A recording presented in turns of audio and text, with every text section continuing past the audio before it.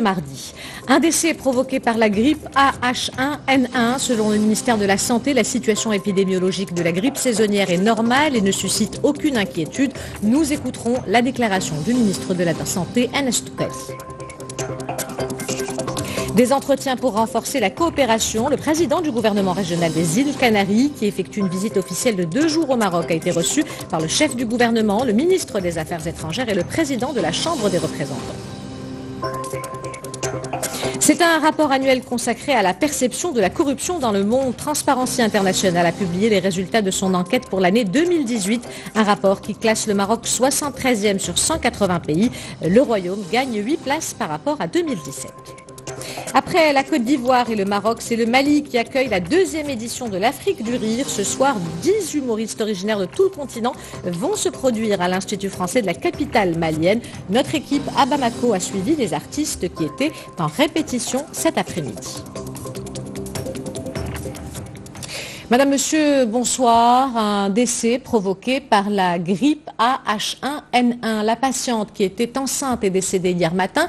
La jeune femme qui était dans un état critique avait été admise aux urgences à l'hôpital universitaire international Cheikh Khalifa jeudi dernier. Elle avait déjà été traitée dans 2 cliniques privées selon le communiqué publié par l'hôpital aujourd'hui. De son côté, le ministère de la Santé souligne que l'apparition de cas de virus de grippe saisonnière H1N1 dans le Royaume demeure un fait normal, d'autant plus que le système national de veille et de surveillance épidémiologique enregistre annuellement, comme dans les autres pays, des cas de contamination par ce virus lors de la saison d'hiver. Les développements dans ce reportage de Sheima Al-Allem, le récit est de Selima Benab.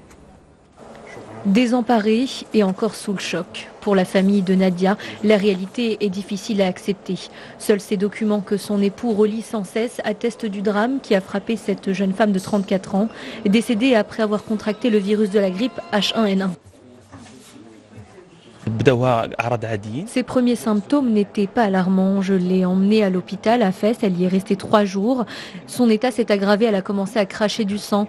Les médecins n'ont pas réussi à diagnostiquer la maladie et l'ont transférée à Casablanca. C'est dans la nuit de mardi à mercredi, soit 5 jours après les premiers symptômes, que sa femme enceinte de presque 7 mois a été transférée dans un état critique sous ventilation mécanique aux urgences de l'hôpital Cheikh Khalifa.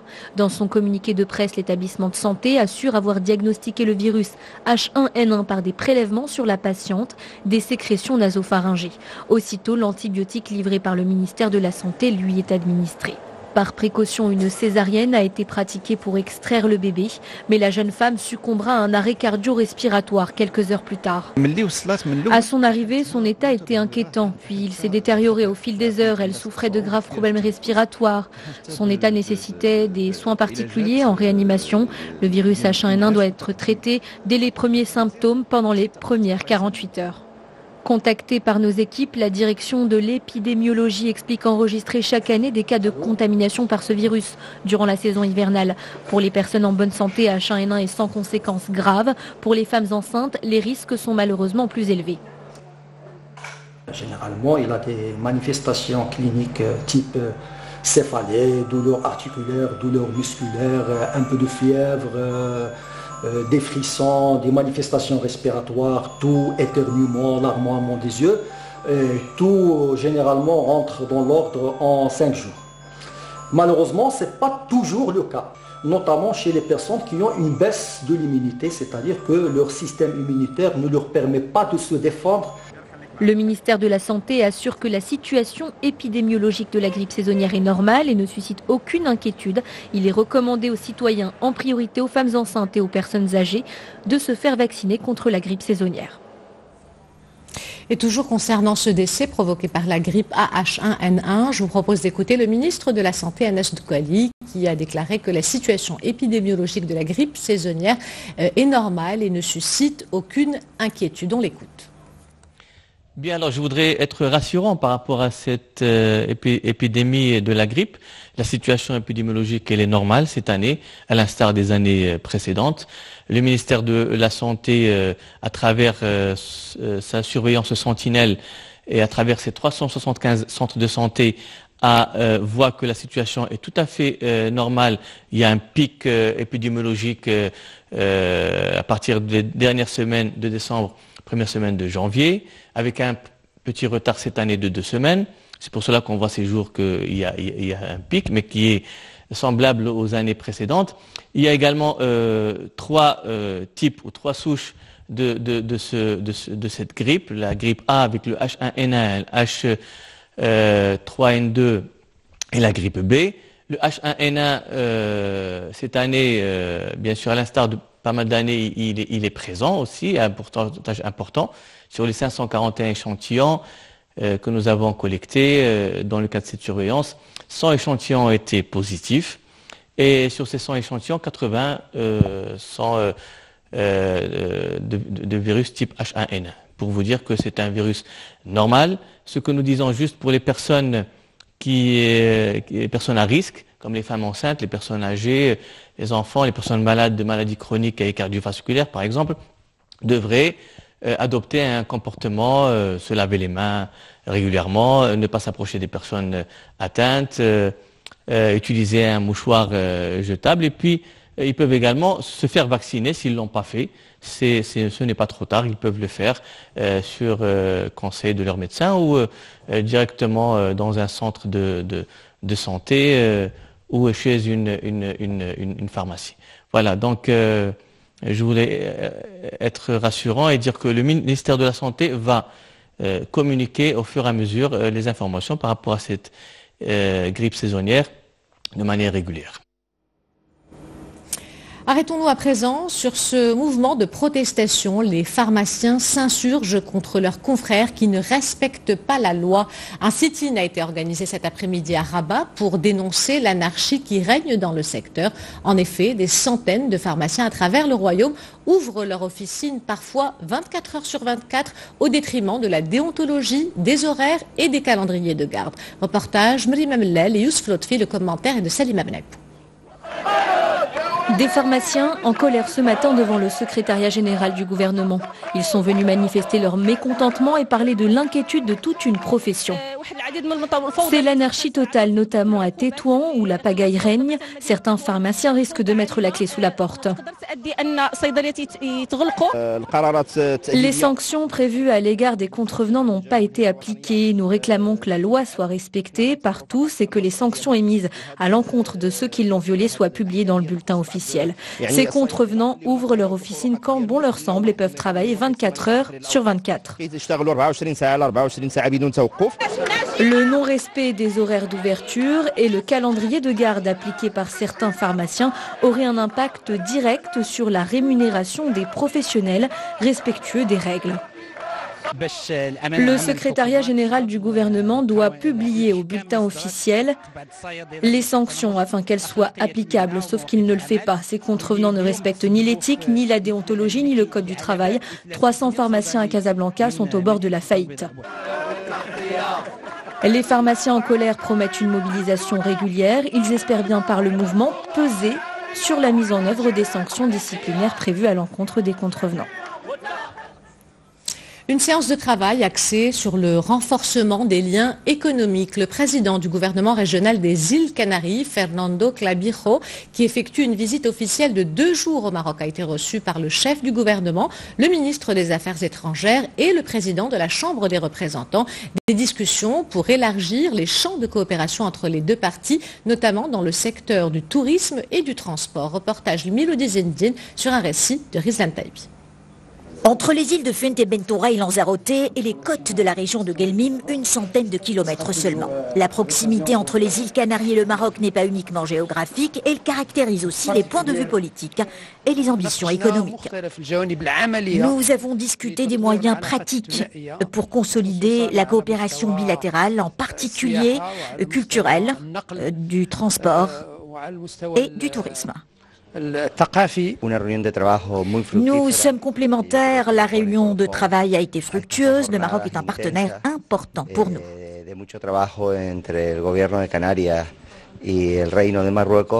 Les relations entre le plus grand et le plus peuplé des archipels de la Macaronésie avec 2,5 millions d'habitants et le Maroc, ont aussi été l'objet des entretiens entre le chef du gouvernement régional des îles Canaries et Nasser Bourita. Le même sujet a été abordé par Fernando Clavijo et le président du Parlement marocain, Habib Malki. Et je me retrouve. Nous voulons donner une nouvelle impulsion aux relations bilatérales d'une manière transversale dans tous les secteurs et entre les pouvoirs législatifs en particulier. Une convention de coopération sera bientôt signée entre le Parlement marocain et celui des Canaries, une des 17 communautés autonomes de l'Espagne dont l'économie est basée sur les activités portuaires, le raffinage de pétrole et l'agroalimentaire. Le ministre des Affaires étrangères et de la coopération internationale, Nasser Bourita, qui a eu aujourd'hui un entretien téléphonique avec Juan Guaidó, président de l'Assemblée nationale du Venezuela, à la demande de ce dernier. C'est ce qu'indique un communiqué du ministère des Affaires étrangères. À l'occasion de cet entretien, Nasser Bourita a fait part à son interlocuteur de toute l'attention avec laquelle le Royaume du Maroc suit les développements en cours au Venezuela. Le ministre des Affaires étrangères a également exprimé à Juan Guaidó le soutien du Maroc à toutes les actions menées afin de répondre aux aspirations légitimes du peuple du Venezuela à la démocratie et au changement. Durant cet entretien, le président de l'Assemblée nationale du Venezuela a exprimé sa volonté de relancer sur des bases saines et sereines les relations de coopération entre le Maroc et le Venezuela et de lever les obstacles qui ont pu entacher leur évolution. De son côté, le président de la Chambre des représentants, Habib Malki, s'est entretenu aujourd'hui avec le président de l'Assemblée nationale de la Guinée-Conakry, Claude Kory Kondiano. Une entrevue lors de laquelle il a été question des moyens de renforcer la coopération entre les deux institutions législatives, à travers particulièrement l'activation du groupe d'amitié parlementaire. Cette rencontre a offert une opportunité pour les deux parties de convenir de la signature prochaine d'une convention de coopération et de promouvoir la formation des cadres en matière de gestion administrative parlementaire. De nouvelles perspectives. Et je vous propose d'écouter à ce propos le président de l'Assemblée nationale de la Guinée-Conakry. Au point des relations, n'est-ce pas, politiques, nous ferons en sorte que la Guinée soit toujours aux côtés du Maroc, comme nous l'avons été depuis Sékou Touré. Et nous ferons en sorte que les intérêts du Maroc où que cela, n'est-ce pas, pourrait se trouver, n'est-ce pas, soit préservé. C'est ce que pense l'ensemble des Guinéens, c'est ce que pensent les politiques guinéens, c'est ce que pense le président de la République, le professeur Alpha Condé, qui une fois encore souhaite que le Maroc et la Guinée constituent un seul, n'est-ce pas, poumon dans le même corps. Avant d'ouvrir la page internationale, ce message de condoléances adressé par Sa Majesté le roi Mohamed VI au président algérien Abdelaziz Bouteflika suite au décès hier du président du Conseil constitutionnel Mourad Medelsi. Dans ce message, le souverain exprime au président Bouteflika et à travers lui à la famille du défunt et au peuple algérien ses vives condoléances et ses sentiments de compassion suite au décès, je cite, de l'un des fils fidèles de l'Algérie et l'un des hommes d'État chevronnés. Des Syriens et seulement eux. Jacob Zuma, cité dans un nouveau scandale de corruption, l'ex-président sud-africain qui a été contraint de démissionner de son poste en 2018, emporté par des scandales de corruption, est de nouveau accusé d'avoir accepté des pots de vin de la part d'une entreprise de sécurité à l'occasion d'un témoignage accablant devant une commission d'enquête tous les mois de la part d'une entreprise de sécurité, selon Angelo Agrisi, ancien numéro 2 de l'entreprise de sécurité. L'ex-président sud-africain touchait 20 000 € tous les mois. Je vous le disais en titre, c'est un rapport annuel consacré à la perception de la corruption dans le monde. Transparency International a publié ce mardi les résultats de son enquête pour l'année 2018, un rapport qui classe le Maroc 73e sur 180 pays. Le Royaume gagne 8 places par rapport à 2017. Le classement a été dévoilé cet après-midi lors d'une conférence de presse organisée à Rabat, à laquelle Mohamed El Qent et Youssef Lotfi ont assisté. Le récit est de Rizlan Taibi. Les 8 places que le Maroc a gagnées dans le classement de l'indice de perception de la corruption lui ont permis d'être classé en tête de podium en Afrique du Nord. Le Royaume occupe désormais le premier rang à l'échelle maghrébine, ex aequo avec la Tunisie. Le Royaume a accompli une légère progression. Sa moyenne générale est estimée à 34 points sur 100. La nature de la corruption dans le pays est systémique. Si le Maroc a réussi à passer du 81e au 73e rang parmi les 180 pays classés, c'est grâce à sa nouvelle législation qui favorise la transparence. Des lois importantes ont été adoptées en matière d'accès à l'information et la nouvelle constitution a aussi eu un rôle indéniable. Au niveau arabe, le Maroc pointe à la 6e place et à l'échelle africaine à la 9e, un classement qui dépasse les moyennes des groupes de pays dont le Maroc fait partie. Des résultats positifs qui sont le fruit d'une série de mesures prises par le Royaume à travers notamment l'adoption de la loi sur le droit d'accès à l'information qui a permis au Maroc la réforme de l'administration publique et le renforcement des prérogatives de l'instance centrale de prévention de la corruption. Cet organe créé en 2007 a notamment pour mission de coordonner, de superviser et d'assurer le suivi de la mise en œuvre des politiques de prévention de la corruption, de recueillir et de diffuser les informations dans ce domaine. Reportage à Rabat de Mohamed El-Qant, le récit et de Hind Ben Abibi. Il y a 12 ans naissait dans le Royaume l'instance centrale de prévention de la corruption suite à la ratification par le Maroc de la Convention des Nations Unies contre la corruption, un organe notamment chargé de proposer au gouvernement les grandes orientations d'une politique de prévention de la corruption et de mettre en place des mesures de sensibilisation de l'opinion publique.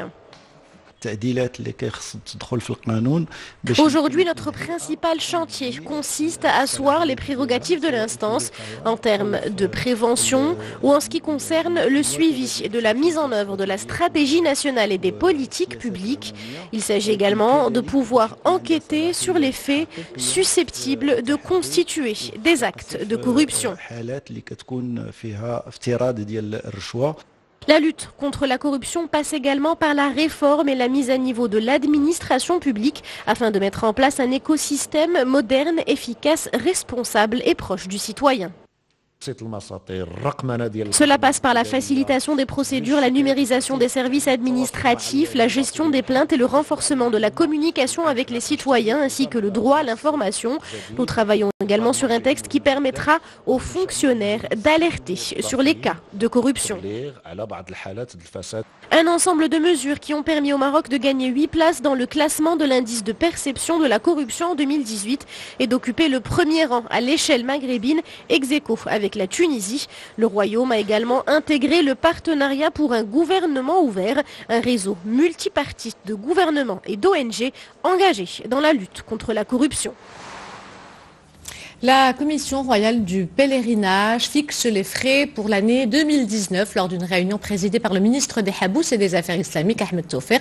La Commission a fixé les frais de l'opération officielle du pèlerinage à 49 906 dirhams, argent de poche non inclus, qui sont de 15 000 dirhams pour le circuit du ministère au titre de la saison 1440. Le règlement des frais se fera du 18 février au 1er mars en un seul versement, aussi bien pour le circuit officiel que pour les agences de voyage et ce auprès des bureaux d'El Barid Bank dans les différentes préfectures et provinces du Royaume. Après la Côte d'Ivoire et le Maroc, c'est le Mali qui accueille la 2e édition de l'Afrique du Rire et c'est la première fois que le festival fait escale à Bamako. Ce soir, 10 humoristes originaires de tout le continent vont se produire à l'Institut français de la capitale malienne pour faire rire le public avant de monter sur scène et de retrouver ce public. Les artistes étaient en répétition cet après-midi. Rita Saha et Amin Hiddou les ont suivis pour nous. Dans cet autobus qui se gare près de l'Institut français de Bamako, les humoristes ont déjà mis beaucoup d'ambiance. La bonne humeur est d'ailleurs à l'honneur pour cette nouvelle date de l'Afrique du Rire. Certains partagent ces bons moments avec les journalistes locaux et internationaux. D'autres découvrent l'univers du festival pour la première fois. Pour moi, c'est une fierté d'abord parce que je me dis c'est l'Afrique qui s'unit. Et être un humoriste malien pour représenter mon pays. Franchement, ça me va droit au cœur. Je suis ému, je suis content. Pendant que les artistes répètent sur scène, le Magnifique sème la bonne humeur en coulisses. Après quelques jours de convalescence, tout juste arrivé de Côte d'Ivoire, c'est avec plaisir que l'humoriste retrouve enfin ses camarades de l'ADR. Je suis à l'étape de Bamako, rattraper mes amis, le staff de Afrique du Riz. Et là, c'est une joie joviale qui m'anime sur cette terre terrestre des hommes humains. Je ne mens pas. Donc, je suis vraiment content d'être de retour. Et quand l'art avec un grand A, quel qu'il soit, est réuni sur scène, même en répétition, ça donne ça.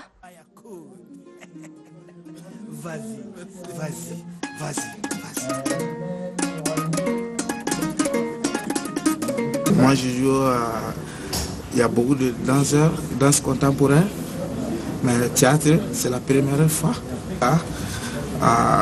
Moi, j'ai beaucoup content. Pour la première fois, l'Afrique du Rire fait escale ici, au Mali, et à Bamako. Le dimanche, c'est le jour du mariage. Et bien, ce mardi, ce sera le jour du spectacle. Un show qui, je vous l'assure, risque de faire rire aux larmes les férus d'humour maliens. Avant de nous quitter, je vous rappelle l'une des principales informations de ce journal. Le ministre des Affaires étrangères et de la coopération internationale, Nasser Bourita, a eu un entretien téléphonique avec Juan Guaidó, président de l'Assemblée nationale du Venezuela, à la demande de ce dernier. C'est ce qu'indique un communiqué du ministère des Affaires étrangères. À l'occasion de cet entretien, Nasser Bourita a fait part à son interlocuteur de toute l'attention avec laquelle le Royaume du Maroc suit les développements en cours au Venezuela. Le ministre des Affaires étrangères a également exprimé à Juan Guaidó le soutien du Maroc à toutes les actions menées afin de répondre aux aspirations légitimes du peuple du Venezuela à la démocratie et au changement. Durant cet entretien, le président de l'Assemblée nationale du Venezuela a exprimé sa volonté de relancer sur des bases saines et sereines les relations de coopération entre le Maroc et le Venezuela et de lever les obstacles qui ont pu entacher leur évolution. C'est la fin de cette édition. L'information se poursuit sur notre site 2m.ma et sur l'application My2M. Le prochain journal El Messaïa vous sera présenté par Salahdine Romari. Quant à moi, j'aurai le plaisir de vous retrouver demain à 20h15. En attendant, portez-vous bien et excellente soirée à tous.